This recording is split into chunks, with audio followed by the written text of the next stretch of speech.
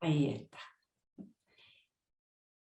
Bien, entonces queremos partir con un ejercicio. A lo mejor, Magdalena, si me acompañas con algunas preguntas a través de que les queremos hacer previo al inicio, antes de presentar a nuestros queridos panelistas, porque después ahí nosotros nos callamos y los dejamos a ellos para que conversemos, porque son...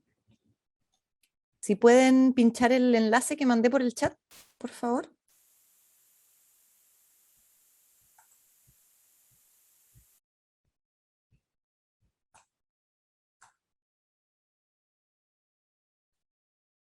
Bueno, aquí queremos ver cómo están de cansados en realidad. Esto es lo que nos ayuda un poco a vislumbrar cuando uno hace estas reuniones a las 5 de la tarde, tomarle el pulso de cuánto, sobre todo para los panelistas, cuánto pueden sofisticar la entrega de los contenidos.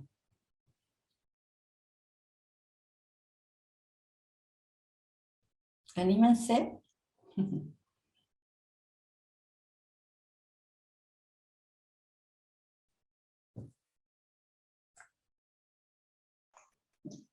El link está en el chat, tienen que abrirlo, porque a lo mejor se confundieron donde aparece la pantalla.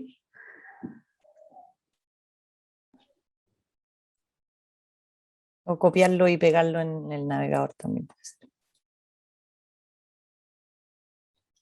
Bueno, pero esto nos da una idea, ¿verdad? Yo creo que era difícil que nosotros en tiempos normales tuviéramos 3 a 5 reuniones al día. Mi más sentido pésame a quien está teniendo más de 5 reuniones, porque eso es francamente explotación, es casi inhumano, pero todos estamos aquí con una carga más o menos importante que les prometemos que vamos a considerar en la conversación que vamos a tener a continuación. Tratando sobre todo de no extendernos muchísimo en el tiempo, así que vamos a ir directo al grano. Quiero presentar a quienes amablemente han aceptado compartir sus experiencias en el día de hoy. Voy a partir presentando a Pablo Bello. Pablo es economista de la Universidad de Chile, tiene un máster en Administración de Empresas en ESADE. Yo tuve el placer de conocerlo siendo subsecretario de Telecomunicaciones durante la presidencia de la presidenta Bachelet. Antes de eso estuvo trabajando en el Ministerio como jefe de la División de Política Regulatoria de la Subsecretaría de Telecomunicaciones. Él tiene una larga trayectoria, después se nos fue al mundo mundial y ha estado en varios espacios trabajando. Actualmente es director de Políticas Públicas de WhatsApp para América Latina. Y yo creo que es un lujo tener acá a Pablo porque él está mirando desde fuera de Chile, ¿no? Especialmente en la pega, que en la que está en la actualidad, mirando un poquito como el escenario. Yo creo que nos va a ayudar muchísimo como a tener un panorama más general y, como decíamos inicialmente, a pensar fuera de la caja. En segundo lugar, María José Lincovil, a quien le agradezco muchísimo su participación. Ella es máster en Intervenciones Sociales y Educativas de la Universidad de Barcelona y actualmente es la coordinadora de participación ciudadana en un gran programa, en el Tenemos que hablar de Chile, que ha sido una tremenda experiencia que han liderado los dos rectores de la Universidad Católica y de la Universidad de Chile. Han hecho conversar, han generado el espacio para conversar a más de 9.000 personas. Si es que no me equivoco, María José, me vas a corregir, pero yo creo que tienen ahí una experiencia muy significativa en estos temas. E igualmente a nuestra querida Marcela Gillibrand. Marcela es traductora y licenciada en idiomas de la Católica y es comunicadora social de la Universidad Autónoma de México. Ella cumplió un rol, fue directora en la Red Nacional de Organizaciones de Voluntarios de Chile, muy, muy importante, y ahora la estamos invitando especialmente porque co-coordina, ¿no es cierto?, este otro gran proyecto, no sé cómo denominarlo, ahora nos toca participar, que surgió luego del estallido social. Han tenido una enorme experiencia en generar espacios de participación. Yo siempre digo que ellos han hecho un aporte muy significativo en reducir las brechas para personas que necesitan apoyos especiales. Entonces, A María José y a Marcela, muchas gracias por compartir las experiencias, un ejercicio colaborativo de compartir esos aprendizajes en un espacio que esperamos sea confianza para poder conversar sobre ello. Y a Pablo, sobre todo, que le voy a dar la palabra a continuación para iluminarnos un poquito de cómo está la conversación más allá de nuestros límites, de nuestra como condición de isla geográfica que a veces hace que nos miremos un poquito el ombligo. ¿Ok? Así que, sin más, Pablo, bienvenido y muchísimas gracias por aceptar esta invitación. No, al contrario, Marilena, muchísimas gracias a ti, a todos ustedes en la Fundación y a los compañeros de panel de la actividad y quienes nos acompañan. Estuve ahora las últimas 2 horas más dedicado a pensar un poco en el panel, en buscar algunas reflexiones anteriores.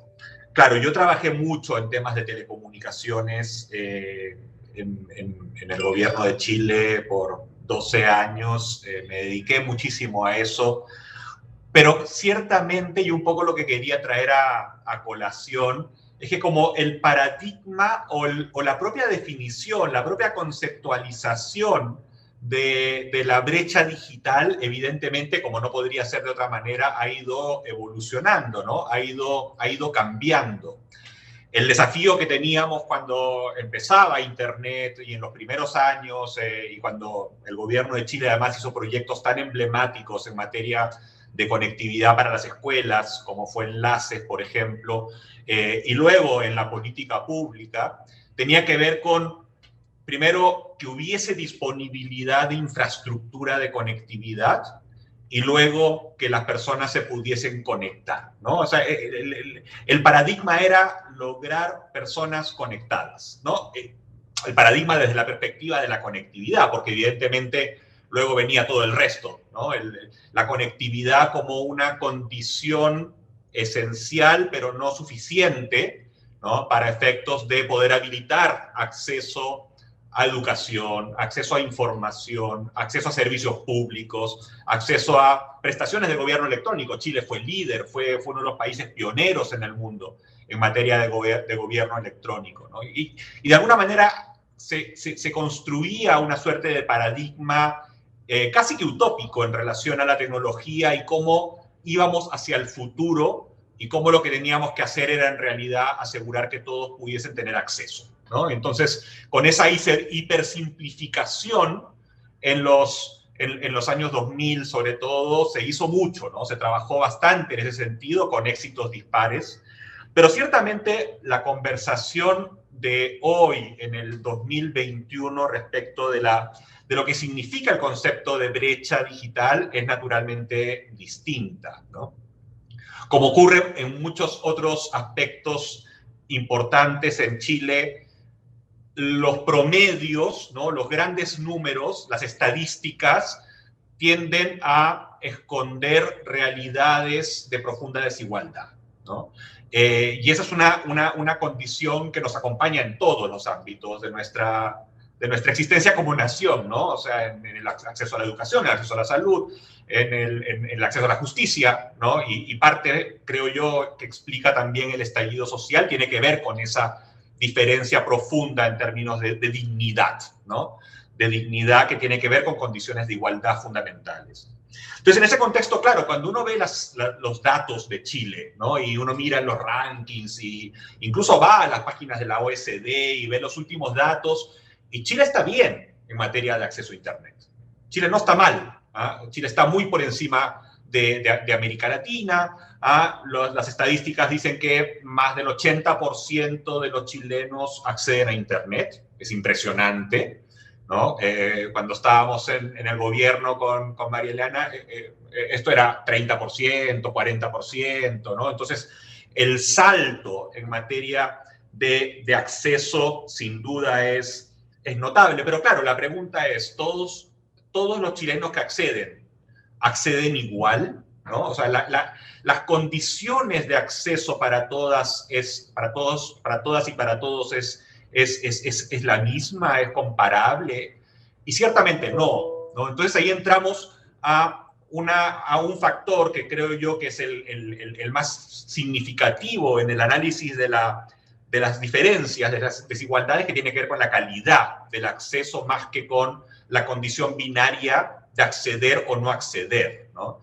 Es muy distinto tener una conexión por fibra óptica de 600 megabits por segundo, por ejemplo, lo que yo tengo en mi casa en Sao Paulo, que tener una conexión móvil que está limitada por el paquete de datos a una velocidad razonable, pero por una limitación del paquete de datos que es muy significativa, ¿no? Y que no permite ver contenidos multimediales, que no permite participar en espacios, ¿no?, de encuentro y de interacción más complejos, más sofisticados. Fundamentalmente, ¿no?, y en el contexto de la pandemia lo hemos visto con muchísima claridad y seguramente algunos de ustedes son mucho más expertos que yo, Cristóbal tal vez, ¿no?, la diferencia de la disponibilidad de Internet en términos del proceso educativo, ¿no? O sea, lo que ha significado la pandemia para un niño rico versus lo que ha significado la pandemia para un niño pobre, ¿no? O sea, el niño rico prácticamente, evidentemente, ha sufrido las consecuencias de la pandemia en términos de interacción social, pero dentro de todo, ¿no?, ha podido disponer de clases, materiales, espacios de interacción a través de Internet, con computadores, con buenas conexiones, ¿no? Ciertamente los niños más pobres han perdido un año o dos, ¿no? Entonces, eso también profundiza desigualdades que están allí, ¿no? Entonces, ¿cómo se caracteriza la brecha digital o las brechas digitales? Yo prefiero hablar en plural porque la verdad es que la caracterización de esta diferenciación, de esta desigualdad es multidimensional, ¿no? Hay distintas variables sobre las cuales uno podría analizar factores de diferenciación, que son las que evidentes, ¿no? Son las que conocemos, la ruralidad versus el mundo urbano, que tiene que ver con la disponibilidad de tecnología y con los precios. La brecha socioeconómica, indudablemente, ¿no? Internet sigue siendo un servicio caro para una parte importante de la población. Entonces, más allá de la masificación, producto sobre todo de la telefonía móvil y las tecnologías inalámbricas, que es hoy día prácticamente universal, las diferencias en términos de los paquetes de datos, del tipo de servicios, son muy profundas y están marcadas fundamentalmente por condiciones de capacidades de pago, ¿no? Entonces, el factor socioeconómico sin duda es muy relevante. Afortunadamente, y esto es curioso porque si uno lo compara con otras regiones del mundo, América Latina está bastante bien. Prácticamente no existe una brecha de género en el acceso a Internet y en particular en Chile los indicadores son bastante comparables en términos de uso de Internet por hombres y mujeres. Eso no ocurre en otras partes del mundo, no ocurre en África, no ocurre en Asia. En América Latina las diferencias son bastante menores y particularmente en Chile los datos son bastante homogéneos. Sin desmedro de eso, también las tipologías de uso y las complejidades o las sofisticaciones de uso no son iguales, ¿no? Entonces, hay muchos factores y muchas brechas digitales. La brecha digital como concepto debe ser una de las cosas más estudiadas y menos comprendidas en los últimos 20 años, ¿no? Porque hay muchísimos estudios, análisis estadísticos que entran con distintos cortes, pero al final las razones que llevan a una persona a disponer de Internet son mucho más complejas que lo que el análisis tradicional simplista, al menos desde la perspectiva de la economía, que suele ser una ciencia bastante simplista, tiende a decir, ¿no? O sea, hay factores sociológicos, factores culturales, factores vinculados a la apropiación cultural, a la apropiación tecnológica, que no están completamente comprendidos, o al menos yo no los conozco con mucha, no conozco estudios con demasiada profundidad, ¿no? Algunas reflexiones que quería simplemente compartir para más bien abrir el espacio a la conversación después de las siguientes intervenciones, ¿no? O sea, ciertamente esta promesa de igualdad que se derivaba de la democratización del acceso, ¿no? Y ya digo, más del 80-83% de los chilenos usan Internet, no da cuenta de lo que siempre pasa, que algunos son más iguales que otros. Entonces, la brecha digital sigue siendo una expresión que da cuenta de las desigualdades profundas que tiene el país, ¿no? Un dato que es de América Latina, no es de Chile específicamente, ¿no? Pero es bien curiosa esta contradicción entre la perspectiva, digamos, de la tecnología, o sea, desde el ámbito de las telecomunicaciones, desde el ámbito de la infraestructura, respecto de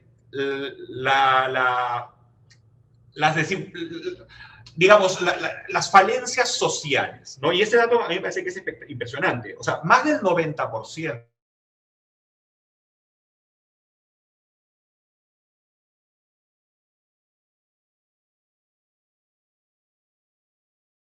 de las redes inalámbricas, de la telefonía móvil, desde mediados de los años 90 especialmente. Pero sin embargo, en América Latina, el 46% de los niños entre 5 a 12 años no disponen internet en el hogar. Entonces, es la forma en la cual uno se aproxima a entender el fenómeno de la brecha digital puede llevar a conclusiones completamente distintas, ¿no? Desde la perspectiva, y lo digo como ex subsecretario de Telecomunicaciones, desde la perspectiva de país tecnologizado, ¿no? 83% de la población tiene internet, la cantidad de usuarios móviles en Chile, no sé, 17 millones, y creciendo, ¿no? O sea, datos muy profundos de, mira, lo que hemos avanzado, pero sin embargo, cuando uno analiza otras variables, en términos sobre todo de uso y particularmente en ciertos segmentos de la población, si uno piensa en el mundo rural, si uno piensa en la pequeña empresa que todavía puede estar conectada, pero la sofisticación del uso de esa conexión es extremadamente pobre,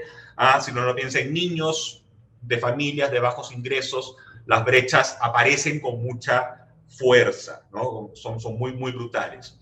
Y un punto que, si bien no es el tema central de la conversación de hoy, a mí sí me parece importante mencionarlo porque tiene mucho que ver con la conversación del Chile del futuro, que tiene que ver con la perspectiva económica también, ¿no? O sea, Chile, y América Latina en particular, en general, pero Chile en particular, tiene un rezago de productividad respecto a Estados Unidos, por ejemplo. O sea, el nivel de productividad que tiene hoy día Chile es un 30% por debajo comparado con el de Estados Unidos que el que había en los años 60. ¿tá? Y eso fundamentalmente tiene que ver con la poca capacidad de apropiación tecnológica en el ámbito de la empresa y fundamentalmente en la pequeña empresa. Entonces, la brecha digital uno la puede analizar evidentemente principalmente desde la perspectiva de las familias, desde la perspectiva de la sociedad, pero también si uno lo analiza desde la perspectiva de las pequeñas empresas, de las microempresas, de los emprendimientos familiares, y lo que significa el no disponer de conectividad, o sí disponer de conectividad, que es lo que ocurre la mayoría de las veces, pero no disponer de las capacidades, de la potencia transformadora de la tecnología para efectivamente poder hacer mejor las cosas, vender mejor, qué sé yo, se producen rezagos que condicionan la capacidad del país de crear riqueza. Y eso finalmente tiene que ver también con la pobreza, ¿no? Tiene que ver con cómo somos capaces de romper círculos de pobreza, ¿no? Entonces, para ir cerrando un poco las ideas que quería compartir. Factores que condicionan la brecha digital, estas brechas digitales que persisten, ¿no? Ya mencionábamos el de las brechas socioeconómicas. Hoy día, la brecha que se produce por la infraestructura o por la ausencia de infraestructura es bastante menor, ¿no? Si en el pasado, si en los comienzo de los años 2000, incluso a mediados de la década pasada, el gran desafío, o uno de los grandes desafíos, tenía que ver con llevar Internet, ¿no? Que existiese oferta de Internet, sigue siendo un desafío en ciertas zonas y particularmente vinculadas a la ruralidad. El gran desafío hoy día no está en la disponibilidad de infraestructura, como sí en capacidad de pago, ¿no? Capacidad de las familias para contratar, calidad del acceso, especialmente para las escuelas, por ejemplo, públicas o para los centros de salud públicos, o para, obviamente, las familias de más bajos ingresos, o, ya mencionaba, las microempresas. Tiene que ver con el precio de la conectividad, tiene que ver con el precio de los dispositivos, tiene que ver también con la ausencia, no ausencia, pero la escasez relativa de contenidos de valor todavía en español que sean interesantes para la ciudadanía, y tiene que ver también con la educación tecnológica, ¿no? O sea, todavía hay una brecha que se traduce muchas veces en factores generacionales, pero que tienen que ver también con capacidades de uso, disponibilidades de uso, conocimientos de uso. Y el punto que quería simplemente como parte final, y seguramente mis compañeras luego van a profundizar mucho más en eso, ¿no? Es que de alguna manera, y este creo que es un punto central, la brecha digital, o estas brechas que no tienen que ver, insisto, en lo binario, sino que tienen que ver sobre todo en calidad, la brecha digital en la participación política y en la participación social, de alguna manera reproducen el fenómeno del voto voluntario, ¿no? Y esto es que introducen sesgos de clase, ¿no? Y esto me parece que es un tema fundamental, es un tema súper relevante, ¿no? O sea, los que más tienen en términos de disponibilidad de ingresos, ¿no? Los ricos, por decirlo de una manera como caricatura, ¿no? Incluyendo a las clases medias altas, están de alguna manera estamos de alguna manera sobre representados en la conversación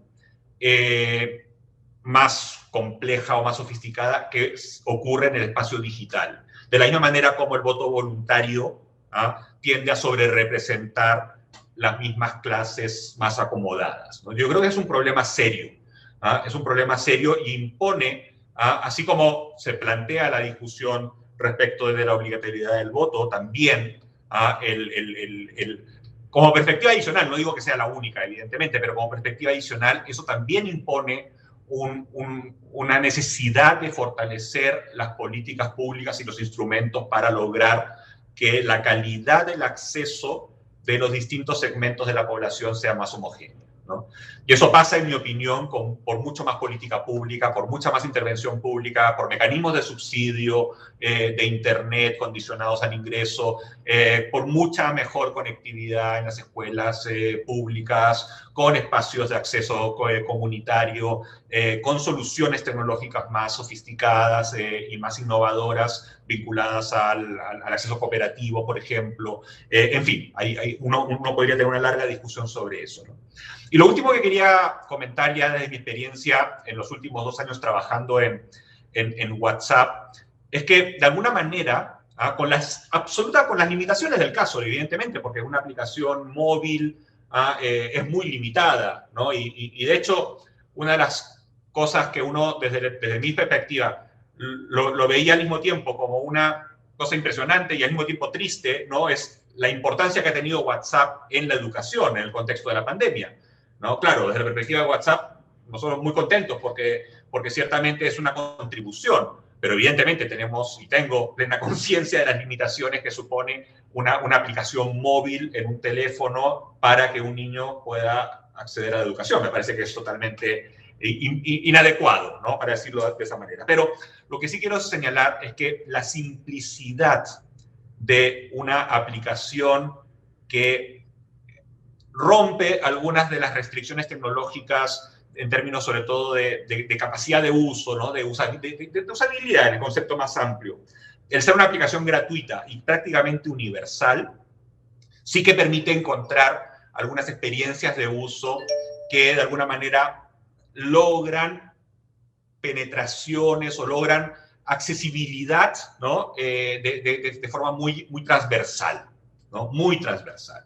Y eso es bonito. O sea, ahí creo que hay un elemento de aprendizaje, ¿no? Y el proyecto, sin duda, emblemático de Tenemos que hablar de Chile, ya nos contarán un poco, porque es bastante incipiente todavía el uso de WhatsApp en el marco del proyecto, pero creo que tiene elementos muy interesantes. Sin duda hay aspectos a seguir ahí trabajando y mejorando, pero para mí personalmente como chileno además me siento súper orgulloso, ¿no? de haber podido apoyar un poquito al proyecto, pero otros espacios también, ¿no?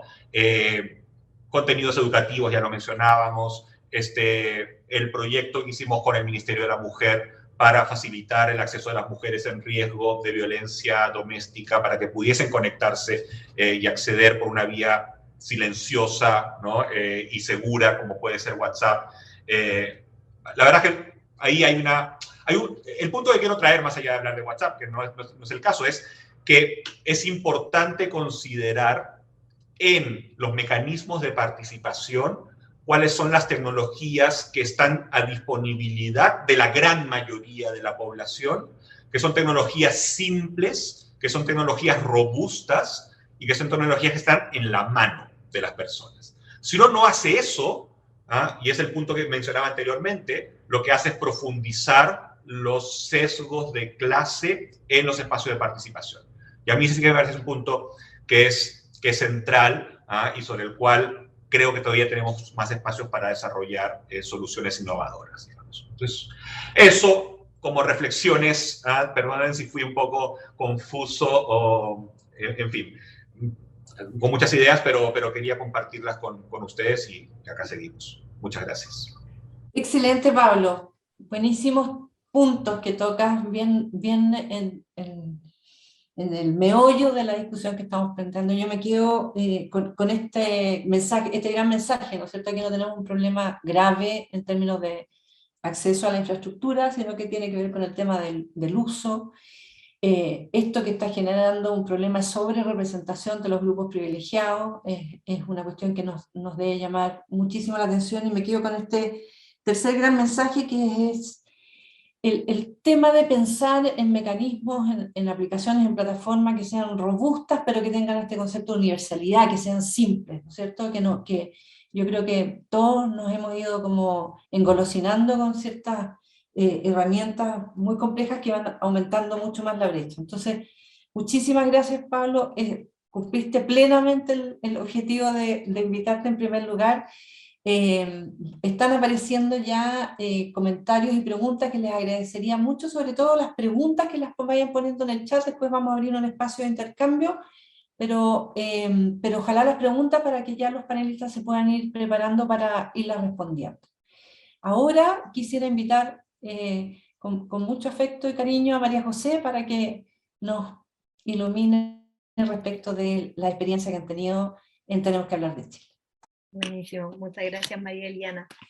Les voy a compartir una pequeña presentación para tratar de ponernos como a tono. Sé que no todos necesariamente conocen lo que hemos hecho en Tenemos que hablar de Chile, y por eso quisiera partir un poco contándoles un poco qué hacemos, quiénes somos, y después tal vez ir profundizando ya más directamente en el tema de las brechas. Para quienes no lo saben, Tenemos que hablar de Chile es una plataforma de diálogo y participación ciudadana que busca contribuir a la discusión pública. Nacimos el año 2019, post estallido social, con el objetivo de contribuir en esa materia, y nos hemos ido quedando en el tiempo ante los nuevos desafíos que han surgido, y principalmente este año estamos más que nada enmarcados en todo lo que tiene que ver con el proceso constituyente. Dicho esto, el año pasado nosotros estuvimos trabajando por primera vez en participación ciudadana, y ahí desarrollamos un proyecto bastante interesante. Lo que nosotros hicimos en un comienzo fue partir revisando distintos proyectos de participación ciudadana que se habían implementado en el mundo. Vimos cuáles eran sus principales dificultades o los principales elementos donde se habían caído, y tratamos de resolverlo. No sé si lo logramos en plenitud, pero al menos lo intentamos. Los tres grandes desafíos que nosotros nos encontramos al revisar esta literatura tienen que ver básicamente con tres temas. Masividad, que en el fondo puedan participar todas las personas que realmente quieren ser parte de este espacio. Lo peor que nos podría pasar es que alguien diga, no me dejaron participar.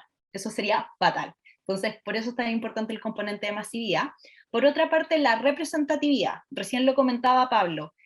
Los espacios de autoconvocatoria son espacios sumamente sesgados en general. Entonces necesitábamos generar espacios representativos que nos ayudaran a escuchar la voz de todos y todos, y no necesariamente de aquellos colectivos que ya están muy presentes en la discusión pública. Y por otra parte está el componente de sistematización. En general, los procesos de participación que se habían hecho en el contexto del estallido social eran muy interesantes, pero se perdió la posibilidad de poder incidir de repente en términos de contenido, porque no tenían una metodología muy estructurada, o no era compartida por todos los mecanismos de participación, y principalmente porque no había una lógica de cómo sistematizar esos resultados y cómo después poder analizarlo y transformarlo en política pública. Dicho eso, nosotros en el fondo dijimos, ¿cómo lo hacemos? Queríamos encontrar un único mecanismo, y para ser honesta, el desafío es tan grande que no lo logramos. Entonces decidimos irnos por 3 líneas. Realizamos espacios de participación que son 100% abiertos, que son masivos, y espacios de participación representativos. Y después lo que íbamos haciendo era tratar de controlar más o menos qué cosas similares se repetían, cuáles salían, etc. En ese contexto hicimos 3 mecanismos de participación. Por una parte, trabajamos con consultas temáticas, donde las personas se registraban en un formulario para hablar sobre temas que nosotros poníamos en discusión. Tenemos que hablar de pobreza, de cultura, de salud, de educación, etc. Es un proceso muy, muy masivo y participaron cerca de 100.000 personas, pero tiene sesgo. La gente decidía en qué lugar quería opinar. Entonces, ¿qué nos pasaba? Que sobre economía terminaban opinando solo economistas, que sobre educación tal vez terminaban opinando profesores y apoderados. Entonces, ahí hay un tema a mejorar. Obviamente hay mucha riqueza en el análisis de esos datos, pero obviamente también hay que ser honesto en que esa es una de las dificultades que enfrentamos. Por otra parte, tenemos conversaciones digitales. En ese espacio, básicamente invitamos a 4 o 6 personas a conversar en torno al futuro del país. En el fondo, estamos viviendo un contexto de crisis, cómo creemos que podemos salir de esta crisis y cómo nos gustaría que fuera el país una vez que se terminara el tema de la pandemia. Fueron conversaciones donde había un facilitador que guiaba el espacio y era autoconvocada. Y finalmente tenemos Chile Escala. Chile Escala fue el corazón de Tenemos que hablar de Chile, era nuestro mecanismo representativo, y al igual que conversaciones digitales, la invitación era sumarse a una conversación entre 4 o 6 personas para conversar sobre qué cambiar, mejorar o mantener en Chile. Eso en términos muy, muy generales. Y a partir de ese proyecto, que fue el que le pusimos más ganas, más empeño, y donde participaron más de 9.000 personas, decidimos sacar ciertos aprendizajes. Para poder contarles los aprendizajes, antes quiero que sepan un poquito sobre qué es Chile Escala, así que les voy a mostrar un video bien breve. ¿Cómo fueron nuestros diálogos? En 2020 desarrollamos casi 2.000 diálogos en los que participaron más de 9.000 personas. A ver, espera.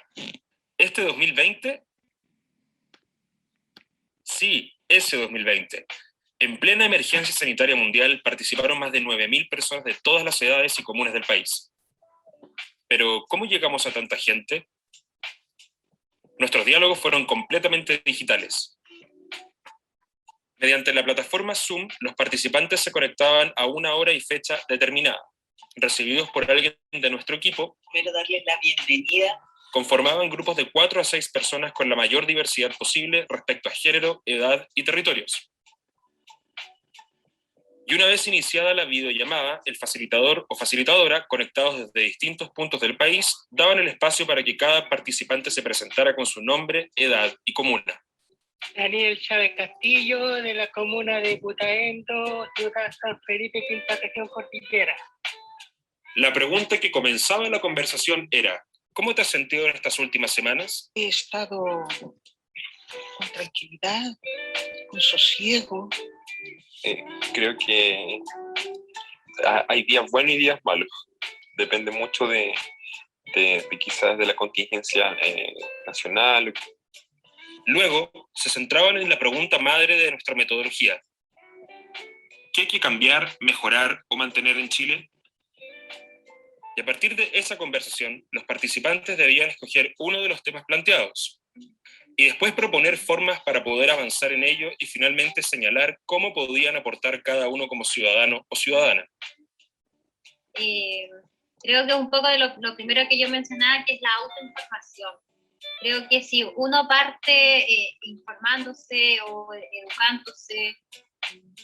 La videollamada tenía una duración de casi 2 horas, en donde el facilitador o facilitadora registraba las opiniones, anhelos e ideas de los participantes en un tablero digital, lo que nos permitía mantener la transparencia y la trazabilidad de todas las opiniones compartidas.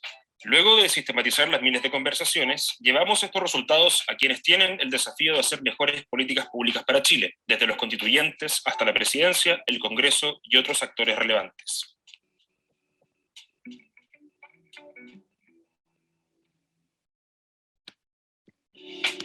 Buenísimo. Una vez vivido ese proceso, que fue un proceso bien intenso, bien agotador, pero bien gratificante también, mapeamos ciertos aprendizajes en términos generales, y eso es un poquito lo que les voy a contar ahora, y voy a tratar de ir conectándolo de alguna manera con las brechas. Por una parte, es que en el fondo los diálogos nos demostraron que en Chile existe capacidad de diálogo, que la gente quiere conversar con otro, y mientras más distinto sea ese otro, mayor va a ser como su gratificación ante este diálogo, pero que esa diversidad obviamente tiene un costo, es una diversidad que hay que atenderla, que hay que buscarla, que tiene un costo económico y humano súper alto, pero sobre todo es una diversidad que vale la pena incorporar.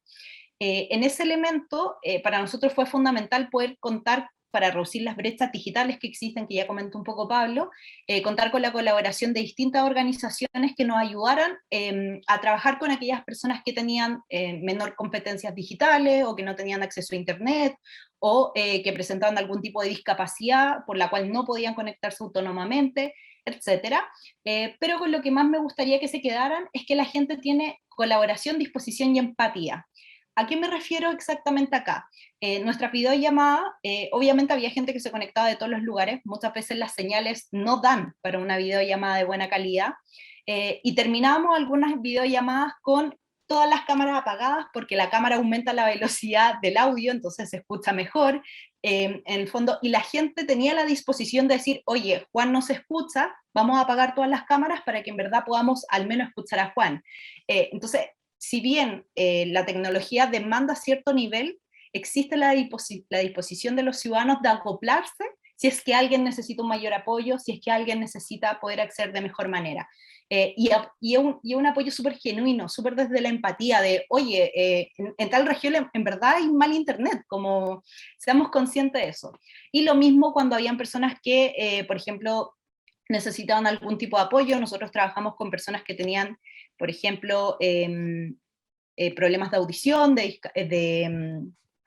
audición, de visión, y muchas veces teníamos un tercero ahí ayudando, haciendo un resumen, y la gente también tenía harta disposición con eso. Así que creo que es un factor no menor. Por otra parte, está que la participación... José, te tengo que pedir que le pongas un poquito de velocidad. Súper. Ya, vamos a dejar acá el resumen y vamos a ir mejor así. En general, cosas que me quedaron dando vuelta de lo que conversó Pablo y que creo que van a ser súper importantes, es que concuerdo en el tema de acceso y de calidad, que en general, en el fondo, hay acceso, pero la calidad muchas veces de ese acceso a Internet de verdad es sumamente precario y no da siempre para poder tener espacios de participación como que sean de verdad de calidad. Hay un tema con los dispositivos. La gente en general tiende a creer que todos tenemos un dispositivo smartphone que permita hacer videollamadas, que permita hacer un montón de cosas, y la realidad es que no es así. Hay un gran porcentaje de la población que tiene dispositivos que con suerte te permiten hacer llamadas, que no cuentan con computadores en todo el hogar, y dispositivos compartidos. Yo creo que eso fue como el mayor tema que nos quedó. La gente, sobre todo en niveles socioeconómicos más bajos, suele compartir el WhatsApp, suele compartir el celular, y eso también determina de una forma el cómo generamos estos espacios de participación.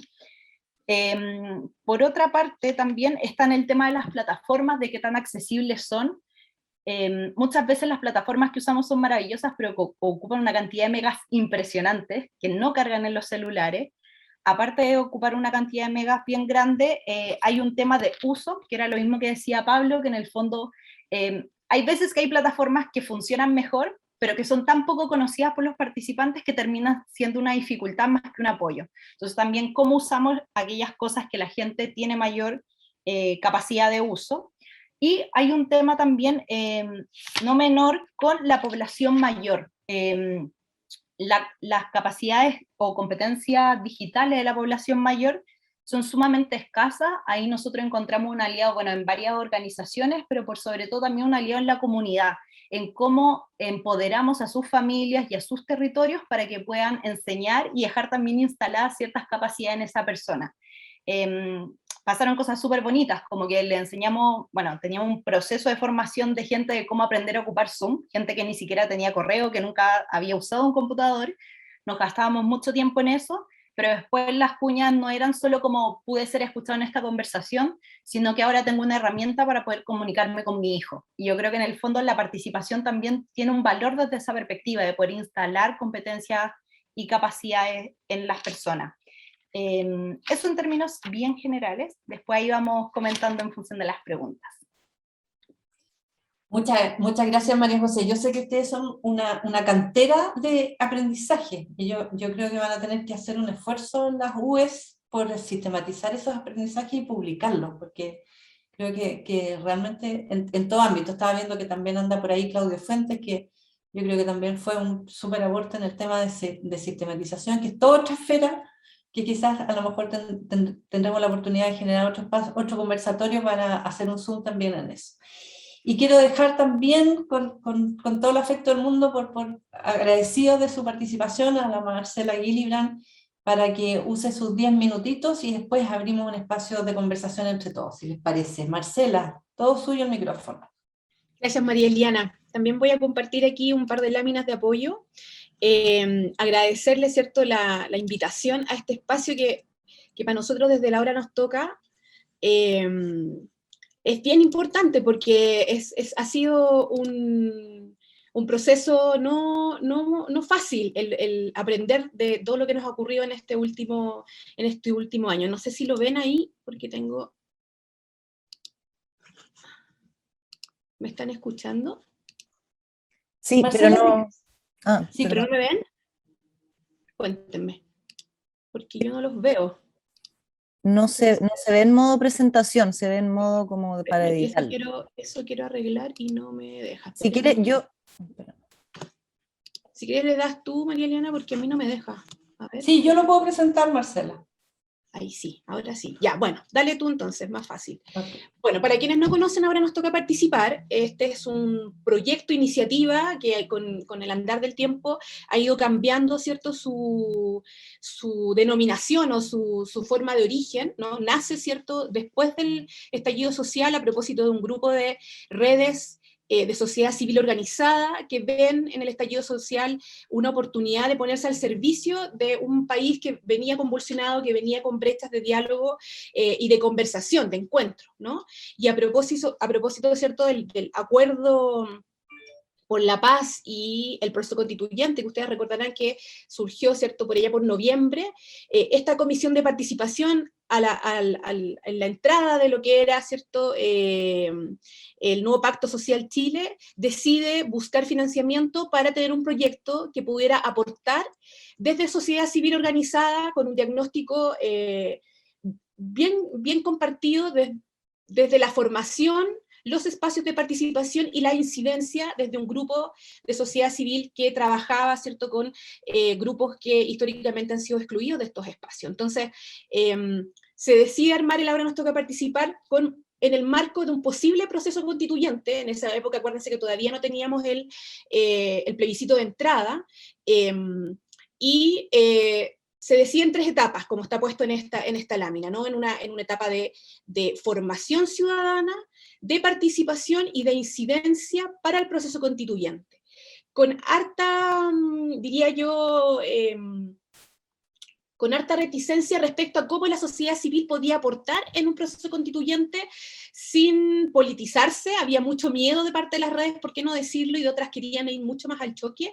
Por lo tanto, nosotros en esta primera etapa de formación ciudadana mantuvimos ahí una posición política, por decirlo de alguna manera, bien neutral, y fue mucho más en el camino de entregar información de manera accesible a los distintos grupos, formando en lo que era constitución, el itinerario constituyente y la participación en nuestro país, que parecían temáticas lejanas, pero que de a poquitito, a propósito de estos espacios de diálogo, ¿cierto?, y estos espacios de asambleas autoconvocadas, las personas empezaban a conversar un poco más de la necesidad de una nueva constitución y cómo iba a ser esto, cómo iba a ocurrir este proceso. Estábamos en eso. Este era un proyecto que tenía un alto componente de presencialidad, que estaba basado en un modelo, ¿cierto?, de voluntariado, principalmente de formadores para formación, donde empezamos a viajar por Chile, este es un proyecto de carácter nacional, para poder instalar capacidades dentro de las propias organizaciones que eran parte de la Ahora Nos Toca Participar, pero también de las comunidades.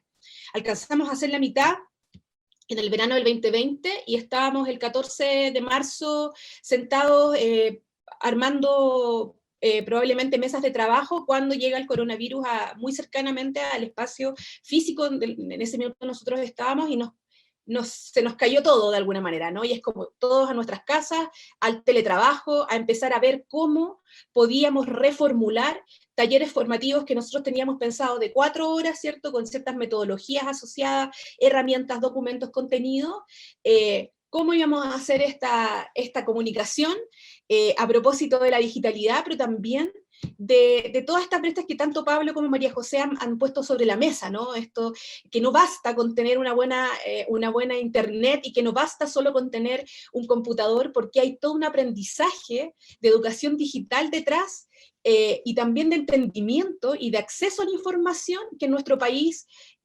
podemos tener porcentajes súper altos de tecnológicos, ¿cierto?, según los estándares internacionales, pero que al poco andar tú te vas dando cuenta que en realidad no son tales, ¿no? Entonces, si le das a la siguiente, ese es solo un mapa para entender como el flujo de nuestro proyecto.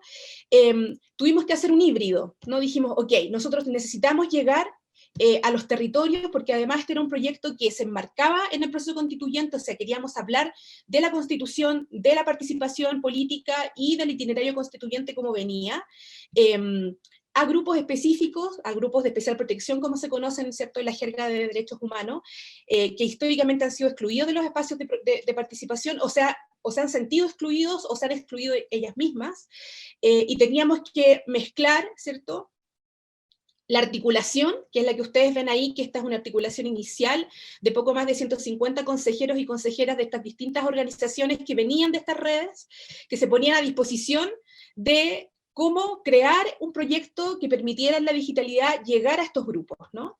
Es así que tenemos consejos regionales a la fecha en todas las capitales regionales, con organizaciones que son más bien de carácter nacional, organizaciones anclas, pero también muchas organizaciones locales, más pequeñas, medianas, que tenían llegada con ciertos grupos que a nosotros nos interesaba poder acceder.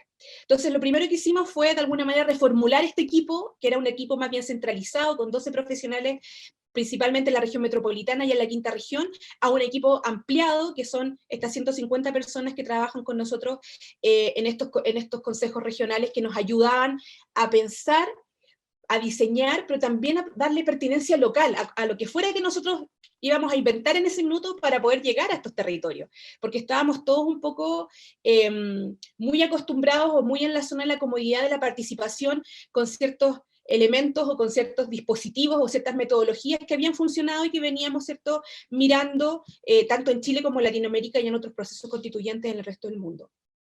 Si le das una más.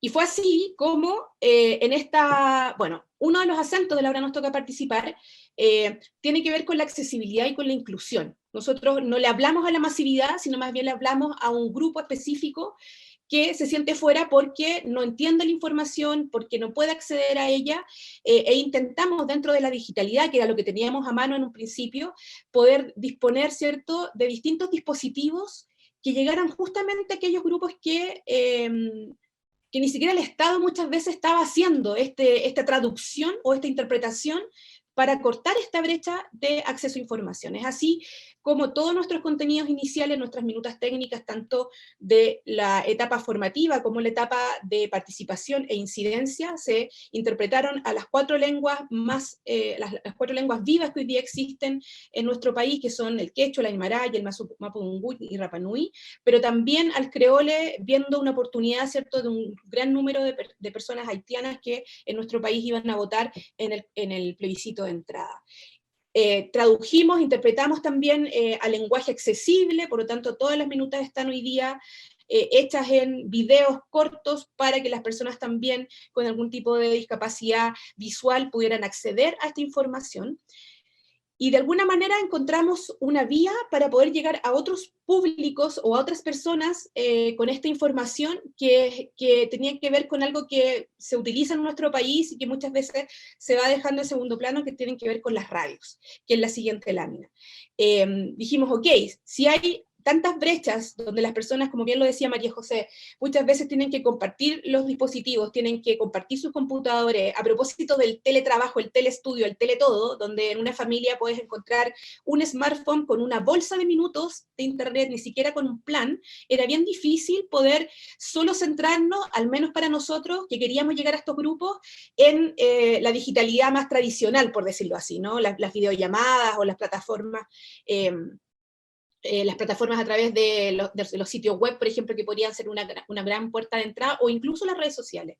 Entonces las radios se transformaron en un brazo para poder llegar a aquellos lugares, sobre todo rurales y más de nicho, con nuestros materiales y nuestros contenidos. Es así como nuestro taller de 4 horas inicial se transformó en cápsulas radiales de 8 minutos, divididas en 3 secciones, para poder, ¿cierto?, llegar a las radios y poder poner esta información un poquito más cercana, por decirlo así, ¿no? Hicimos también medición de los lugares donde pudimos llegar, llegamos al final del día a un poco más de 150 radios entre comunitarias y un par de radios también más grandes, masivamente, para poder llegar a otros públicos. Hicimos también, dentro de esta búsqueda de herramientas que nos permitieran llegar a estos grupos específicos, el uso de Ahora Conectados, que es un servicio de mensajería, ¿no?, de texto, sin necesidad de utilizar internet. Esto lo hicimos, ¿cierto?, con una organización de Concepción, de BioBio, que nos permitió llegar a 12.000 personas que estaban asociadas a proyectos, como beneficiarios básicamente, de proyectos sociales de distintas organizaciones, entre ellas Hogar de Cristo, entre ellas Urbanismo Social y otras, que estaban en una base de datos y querían recibir información, pero no tenían internet, y pudimos llegar a través de este servicio, ¿cierto?, de mensajería a poco más de 12.000 personas. Marcela, también te tengo que pedir que sí, acelere. En esta búsqueda, lo que quiero transmitir es que desde la hora nos toca participar. Si teníamos bien estas 3 etapas, lo que queríamos era poder llegar a estos grupos, y la brecha digital de alguna manera nos ponía una brecha aún más alta, ¿no?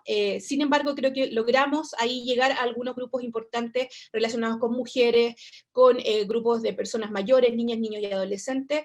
Y si quieres, le das con la siguiente, porque en realidad es información más bien de investigación que hicimos, ¿no?, asociada a los diálogos constituyentes que hicimos en este verano, previo a la elección, ¿cierto?, de los constituyentes, para poder mirar, ir enfocándonos sobre los mecanismos de participación que les interesaban a ellos, que pudieran ponerse al servicio de este proceso. Y quiero enfatizar 2 cosas para ir cerrando respecto del proceso que ha significado la hora nos toca participar. Primero, diagnósticos compartidos y diagnósticos como reforzados sobre la fragmentación de la sociedad civil en nuestro país, sobre la falta de un entorno habilitante para la participación ciudadana, no solamente política, sino que también la participación social en muchos aspectos, y también la importancia de la articulación. Nosotros hoy día, cuando tú decías al principio, no sé cómo presentarlo, si son un proyecto o una iniciativa, partimos siendo un proyecto porque recibíamos cierto financiamiento internacional principalmente, pero hoy día nos autorreferimos a una articulación, porque nos transformamos en una articulación de organizaciones, personas voluntarias, alianzas estratégicas, tanto en la línea, ¿cierto?, cultural como académica, y de otras organizaciones de sociedad civil que buscan de alguna manera incidir tanto en el proceso constituyente, es decir, en cómo nosotros como personas vamos a participar de este proceso, pero también en la redacción de la nueva constitución política. Es decir, somos facilitadores del proceso, nos autodenominamos así, para que ojalá en esta nueva constitución política estén expresadas todas las voces, ¿no?, de los distintos sectores, específicamente para nosotros hoy día, de estos grupos que históricamente han sido relegados o han dejado de participar por las distintas razones que todas conocemos respecto a cómo se ve, ¿no?, el ámbito político en nuestro país. Voy a terminar ahí para que podamos conversar un poquito, alcancemos a conversar y que nos puedan hacer preguntas de todo tipo. Muy bien, muchísimas gracias, Marcela. Bueno, como ustedes ven, la Marcela explicó muy bien las razones por qué los invitamos. Digamos, aquí había un esfuerzo bien focalizado en permitir, en generar las condiciones para que las personas con mayores dificultades lo puedan hacer. O sea, los sin voz, los tradicionales sin voz que puedan tener voz en este proceso constituyente, y ahí echar mano a todo lo que fuera posible, ¿no es cierto, Marcela? Yo creo que desplegaron un instrumental muy amplio, muy variado para conseguir ese objetivo. Vamos a hacer, para calentar motores, yo sé que estamos en el tiempo, quizás vamos a estar abusando un poquito ya, algunas personas, como les prometimos que iba a ser durante 1 hora la conversación, ya van a abandonar, pero quisiera no perder la oportunidad de, en primer lugar, responder las preguntas que están en el chat, quizás, y si alguien quiere tomarse la palabra luego de que nos hagamos cargo de estos comentarios, preguntas, bienvenido sea, ¿no es cierto? En primer lugar, dice, la irrupción del 5G se requerirá un importante cambio de computadores y celulares que aumentará eso la brecha digital actual, eso se plantea como pregunta. Yo creo que Pablo está ahí como candidato a responderla de todas maneras. Y la Renata González nos plantea, la pandemia puso a prueba el uso de Internet no solo en la educación, sino que también en la tramitación de permisos para circular y en los trámites para obtener beneficios sociales. Me parece que esa es una afirmación en la que estamos todos de acuerdo, ¿no es cierto? Pero le voy a dar la palabra a Pablo para que a lo mejor nos puedes iluminar un poquito de los mitos en torno al 5G y lo que puede significar para los efectos de esta conversación. Genial, no, contesto rapidito, muy fácil. El 5G en realidad es una evolución tecnológica que va a permitir o que ya permite tener acceso de mejor calidad, más velocidad, más ancho de banda, menos latencia. De esa perspectiva, no va a ser necesario cambiar dispositivos y de hecho para el usuario normal, digamos, para las personas, el 4G va a seguir coexistiendo y va a seguir siendo perfectamente válido. Lo que sí es cierto es que la disponibilidad de tecnologías más avanzadas profundiza la brecha de calidad de la que hablábamos anteriormente. Entonces, hay personas o hay organizaciones o hay empresas que van a disponer mejor internet y hay otras que nos vamos o se van a ir quedando más rezagados. Entonces, sí que es una tarea importante seguir avanzando para que no solamente las personas tengan un acceso funcional, sino que tengan un acceso de calidad, ¿no? Todas las personas. Y esa creo que es una tarea pendiente, pero no va a requerir que el teléfono vaya a dejar de ser operativo o haya que cambiarlo necesariamente. Es más bien un proceso de evolución tecnológica no disruptiva, sino que es un avance tecnológico al cual es ideal que la mayoría o toda la población se pueda sumar progresivamente. Super. Yo quisiera plantearle a la Marcela y a la María José lo siguiente. Yo creo que debería haber un acuerdo intrasociedad civil de ponernos de acuerdo en el uso de ciertas plataformas básicas, porque estoy pensando en el típico comprahuevo, los ciudadanos con el Estado, ¿no es cierto? Que en cada lugar le piden cosas distintas y nosotros como que todos organizamos procesos de participación con distintos soportes y los ciudadanos como que van teniendo que hacer un ejercicio súper complejo de aprendizaje de las herramientas que a nosotros se nos ocurren son las más apropiadas, y pensando mucho en estos mensajes que plantea Pablo, ¿no es cierto? Aquí hay que hacer un esfuerzo por generar como una capacidad de uso, ¿no? Y ponernos en conversación respecto de cómo uniformamos un poquito esta base tecnológica de soporte para los procesos participativos y que no sea otra barrera más de entrada Y lo segundo que quería pedirles que comentaran, yo igual me quedo con la sensación,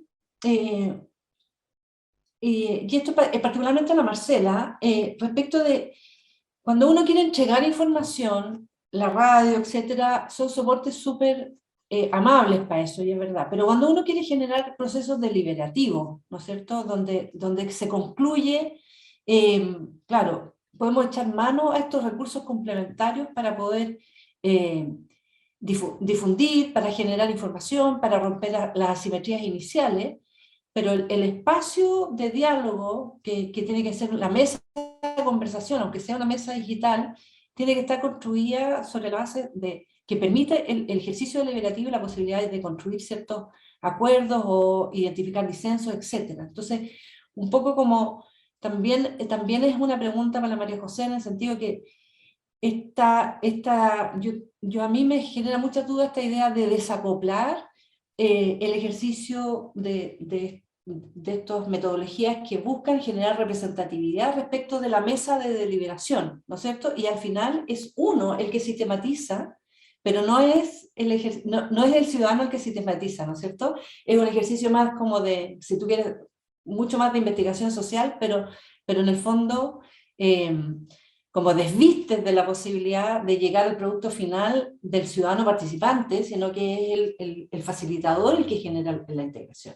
Entonces les dejo como esas dos preguntas, digamos, de cómo estos herramientas, aplicaciones, soportes complementarios, digamos, tienen un límite, pero no en el core del asunto, que es el ejercicio deliberativo. Y también a la María José respecto de este dilema entre usar distintas plataformas y que no sea el ciudadano el que se apropia del resultado, sino que es el convocante el que tiene esa posibilidad. Ahí, si quieres, comento al tiro lo que planteabas recién, María Elena. Yo creo que hay un tema no menor. Yo me preguntaría cómo hacemos que quienes diseñan las plataformas creen plataformas más accesibles y plataformas que puedan ser usadas por todos y todos. A mí me pasa que mientras más me involucro en el tema de las plataformas, te das cuenta que la tecnología permite un montón de cosas que son sumamente básicas, que favorecerían la participación de todos, pero que nadie considera porque no es rentable o porque quienes elaboran esas plataformas no trabajan con esos colectivos. Entonces, no sé, por ejemplo, ahora nosotros estamos desarrollando una plataforma de conversación autoconvocada y dijimos, bueno, busquemos en el mercado qué hay para que la gente pueda usar, y así no gastamos recursos en diseñar algo propio. Y lo que pasó es que nos encontramos con puras plataformas maravillosas, pero que necesitáis ocupar desde un PC, que no pueden ser ocupadas desde un celular, y francamente todo el mundo se conecta desde un celular. Entonces ahí viene la gran inquietud. Son plataformas caras, hay muchas posibilidades de hacer que estos procesos sean más accesibles, pero ¿cómo hacemos que las empresas estén dispuestas a crear esas plataformas?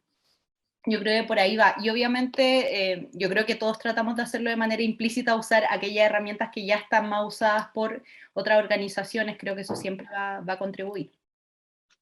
Súper, muchas gracias. Marcela.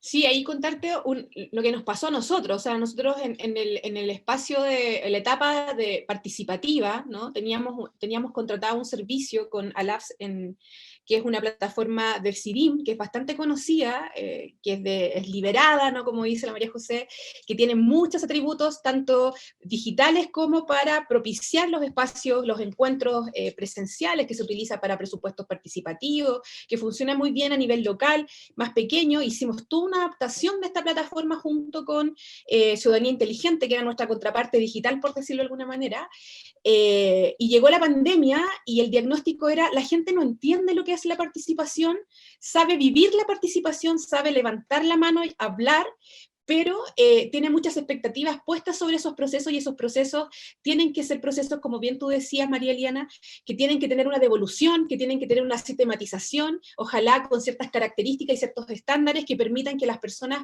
confíen en ese proceso. Primero el reunirse en un espacio, luego decir lo que tengan que decir sin miedo, y luego van a ver de alguna manera plasmado en los documentos que se le vayan a entregar a cualquier tomador de decisión esa información. Y ese proceso en nuestro país no es tan claro, no está tan arraigado, no tenemos una cultura participativa tan reflexiva o tan profunda, por decirlo de alguna manera. Entonces, tuvimos que desechar esa plataforma y dedicarnos a hacer diálogos constituyentes desde otra plataforma en paralelo, para poder llegar al menos a grupos específicos que tenían la posibilidad de la accesibilidad al Internet, quizás no pensando en personas individuales, sino más bien en personas, en grupos de personas asociadas a organizaciones de sociedad civil, etc.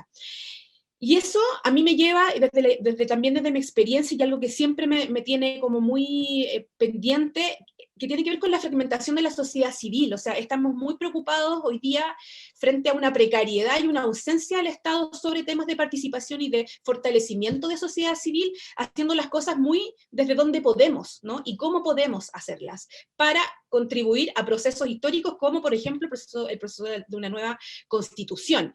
Y ese entorno habilitante que debería estar preciosamente ¿cómo decirlo?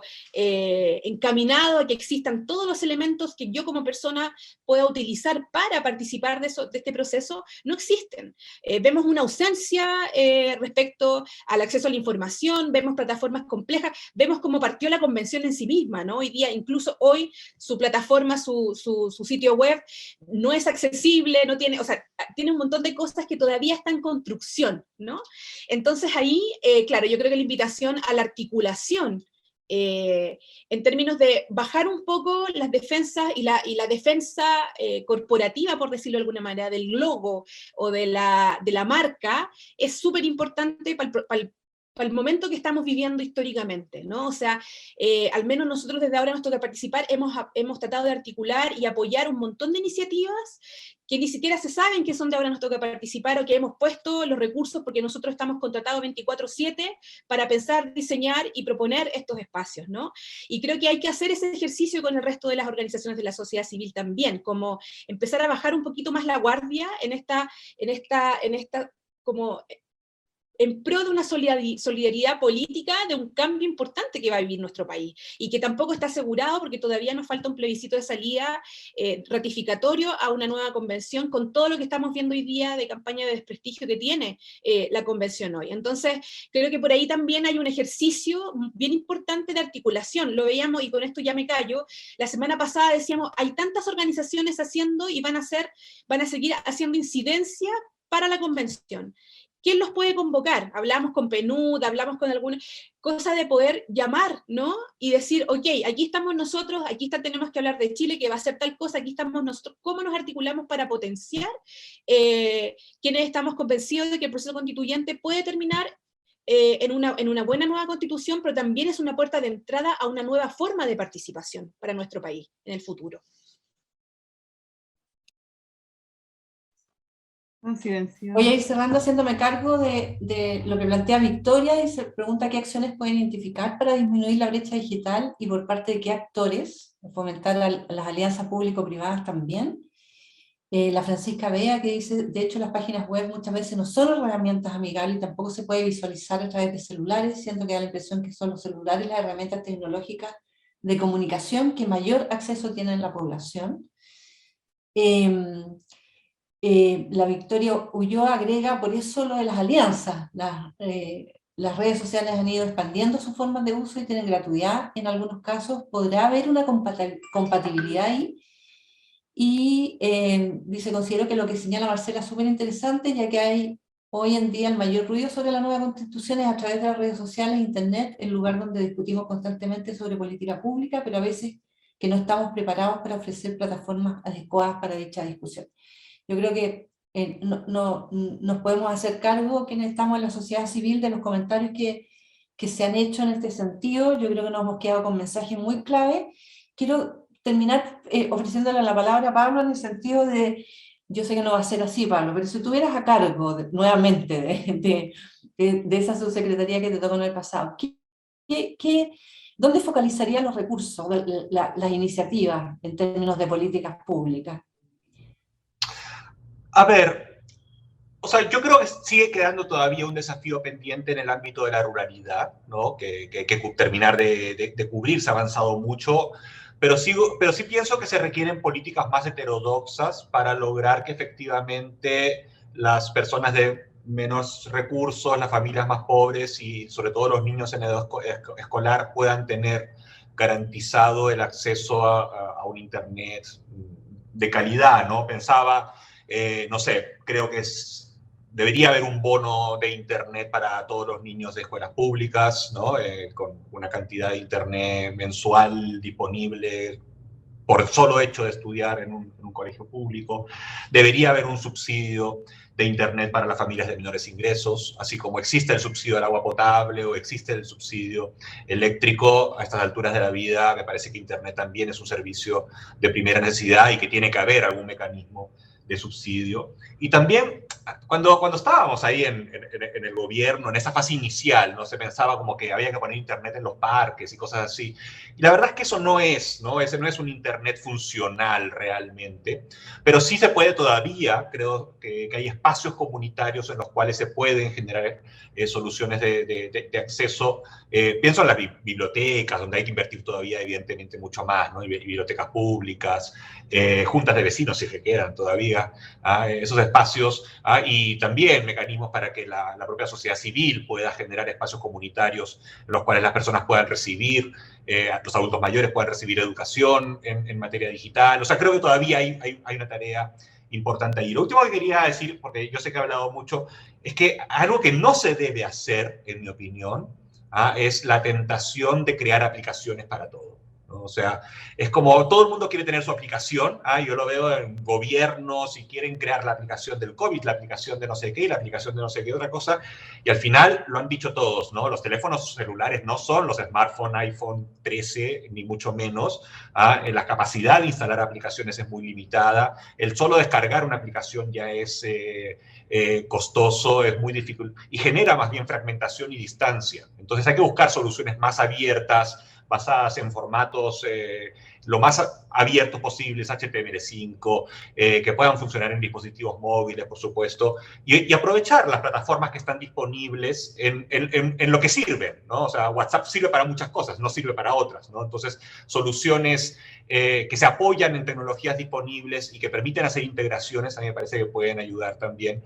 Y sin duda, creo que el tema de la sistematización es central, o sea, no basta con el canal, sino que tiene la metodología y la sistematización es casi tan importante como la tecnología misma, ¿no? O más, sin duda.